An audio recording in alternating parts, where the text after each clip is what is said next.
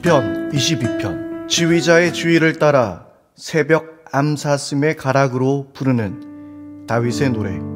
20절에서 26절까지의 말씀입니다. 내 생명을 원수의 칼에서 건져 주십시오. 하나뿐인 나의 목숨을 개의 입에서 빼내어 주십시오. 사자의 입에서 나를 구하여 주십시오. 들소의 뿔에서 나를 구하여 주십시오. 주님께서 나의 기도를 들어주셨습니다. 주님의 이름을 나의 백성에게 전하고 예배드리는 회중 한가운데서 주님을 찬양하렵니다. 주님을 경외하는 사람들아, 너희는 그를 찬양하여라. 야곱 자손아, 그에게 영광을 돌려라. 이스라엘 자손아, 그를 경외하여라. 그는 고통받는 사람의 아픔을 가볍게 여기지 않으신다. 그들을 외면하지도 않으신다. 부르짖는 사람에게는 언제나 응답하여 주신다. 주님께서 하신 이 모든 일을 회중이 다 모인 자리에서 찬양하겠습니다. 내가 서원한 희생 제물을 주님을 경외하는 사람들 앞에서 바치겠습니다. 가난한 사람들도 여러분들의 마음이 늘 유쾌하길 빕니다 하면서 축배를 들고 배불리 먹을 수 있을 것이다. 주님을 찾는 사람은 누구나 주님을 찬양할 것이다.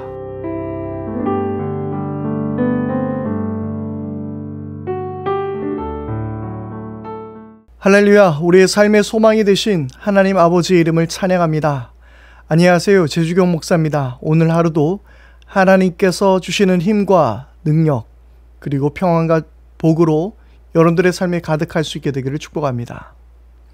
지난 우리는 시편 22편 말씀을 읽어오면서 다윗의 그 극심한 고통과 괴로움 그리고 다윗이 처해 있는 그 환경들 가운데서 주님께 부르짖는 그런 모습들을 우리가 지켜보았습니다. 정말 하나님께서 계시는 것인지 그리고 나를 보시고 계시는 것인지 과연 내 삶에 관심은 가지고 계시는 것인지 정말 모든 것에서 다윗은 마음이 가난해져 있었고 그리고 고통에 빠져 있었습니다. 그런데 오늘의 말씀부터는 이 모든 것이 어떤 역전되어진 듯한 그런 모습을 보여주고 있습니다. 다윗은 고통 가운데 부르짖었지만 그러나 하나님께서 그의 기도를 들어주셨다라고 지금 말하고 있습니다. 그리고 다윗은 그 모든 기도의 응답은 그리고 하나님께서 그를 건져주신 것은 찬송으로 이어지게 됩니다. 오늘 말씀해 보니까 22절에 주님의 이름을 나의 백성에게 전하고 예배드리는 회중 한가운데서 주님을 찬양하겠습니다 라고 고백하고 있습니다. 그런데 우리는 여기에서 또 한 가지 그 중요한 의미를 깨닫습니다. 지금 다윗이 하나님을 찬양하는데 단지 그 혼자서 하나님을 찬양하는 것이 아니라 어떻게 찬양한다고요? 백성 가운데서, 그 하나님을 경외하는 사람들 가운데서 바로 하나님을 찬양하겠다라고 이야기하고 있는 것입니다.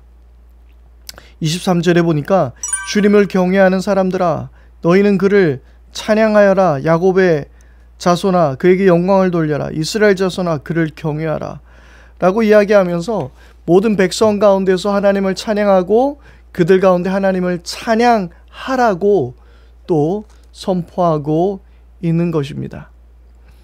다윗에게 있어서 하나님께서 응답하여 주신 그 은혜는 그저 자기 개인의 찬송의 제목이 되는 것을 뛰어넘어서 하나님의 역사를 전하게 되는 귀한 도구가 되는 것을 보게 됩니다. 회중 한가운데서 그리고 사람들에게 찬송하라고 격려하고 있는 것이죠.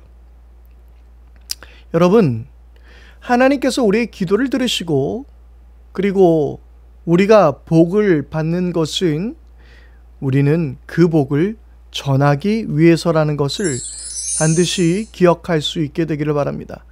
여러분들이 누리고 있는 은혜가 있지요. 하나님께서 부어주신 복이 있을 것입니다. 우리는 그 복의 마침표가 되어서는 안 됩니다.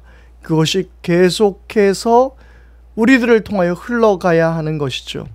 그래서 팀 켈러는 이렇게 말하고 있습니다. 축복이 되기 위해서 복을 받는다. 그렇습니다, 여러분. 우리는 축복이 되기 위해서, 누군가를 축복해주기 위해서 우리는 하나님께 복을 받는 것입니다. 예수님께서 십자가에서 못 박혀 죽으신 이후에 예수님께서 다시 부활하셔서, 그리고 제자들을 만나신 이후에 예수님은 제자들에게 그들의 큰 사명을 주셨습니다. 너희는 땅끝까지 가서 내 증인이 되어라 라고 말씀하고 있는 것이죠. 하늘과 땅의 모든 권세를 내게 주셨으니 그러므로 너희는 모든 족속으로 제자를 삼아 아버지와 아들과 성령의 이름으로 세례를 베푸고 내가 너희에게 분부한 모든 것을 가르쳐 지키게 하라 라고 말씀하셨던 것이죠. 우리가 십자가의 은혜로 구원받고 회복된 후에 우리가 해야 하는 것은 그 복을 흘려보내야 되는 것입니다. 우리의 구원과 그리고 복은 결코 마무리가 아닙니다. 계속해서 이어져 가는 것입니다. 언제까지? 주님이 오시는 날까지. 그래서 우리의 노래는 되돌이도 되었다가 달새류도 되었다가 다카포도 되었다가 계속해서 가다가 마지막 피날레를 장식하게 되는 것이죠. 그것은 바로 주님 오시는 날까지입니다. 나에게 복음이 전해졌다고 그것이 마무리가 된 것이 아니에요. 하나님의 역사는 계속해서 이어져 가야 합니다. 혹시 여러분들이 복음의 소식을 들었는데 여러분들에게서 그 복음의 메시지는 멈춰서지 않았습니까? 누군가에게 그 복을 흘려보내는 일을 멈추지는 않으셨습니까?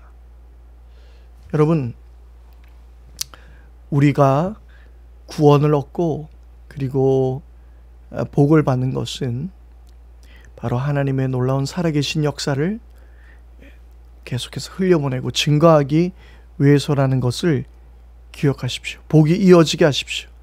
우리가 잘 부르는 노래 중에서 당신은 사랑받기 위해 태어난 사람이라는 노래가 있습니다. 그런데 우리의 삶은 당신은 사랑받기 위해 태어난 사람에서 끝이 나면 안 됩니다. 그래서 늘 이것은 당신은 사랑받기 위해 태어난 사람, 그 후속곡이 뭐죠? 그쵸, 또 하나의 열매를 바라시며 감사해요 깨닫지 못했었는데 하면서 이어지는 찬양, 그 사랑을 또 전하기 위해서 주께서 택하셨다라는 것, 그리고 그 사랑을 알게 하셨다는 것, 그리고 또 하나의 열매를 주님께서 원하신다라는 것 흘려보낼 수 있게 되기를 바랍니다. 그것이 여러분들의 자녀일 수도 있습니다. 직장일 수도 있습니다. 학교의 친구들일 수도 있습니다. 그 누군가에게 계속해서 흘려보내십시오. 그럴 때에야 하나님의 복이 더 부어지지 않겠습니까? 계속해서 흘려보내면 복은 계속 부어지게 되어 있습니다.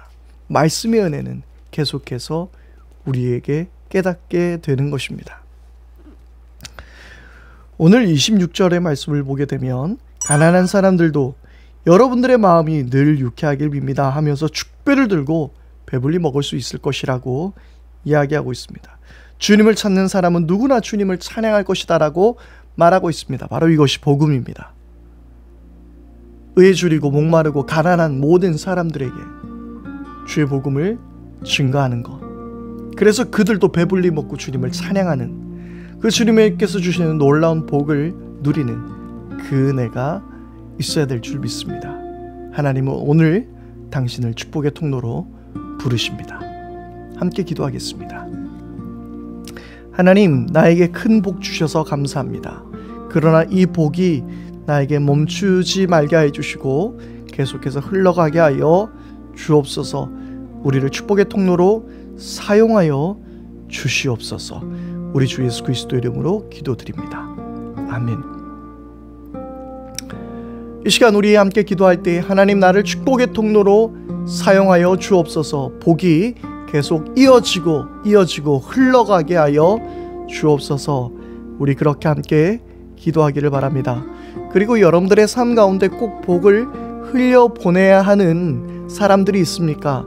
그 사람이 가족이든 아니면 직장 동료이든 누군가이든 간에 그 하나님이 주신 복이 흘러가야 할 곳이 있으리라 생각이 됩니다. 그리고 여러분들의 마음속에 아마 마음 먹고 있는 그러한 대상들이 있을 텐데요. 그분들을 위해서 기도했으면 좋겠습니다.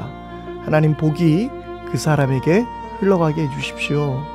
함께 기도해 주시기를 바랍니다. 오늘 하루도 하나님의 은혜 가운데 승리하는 복된 날 될 수 있기를 바랍니다.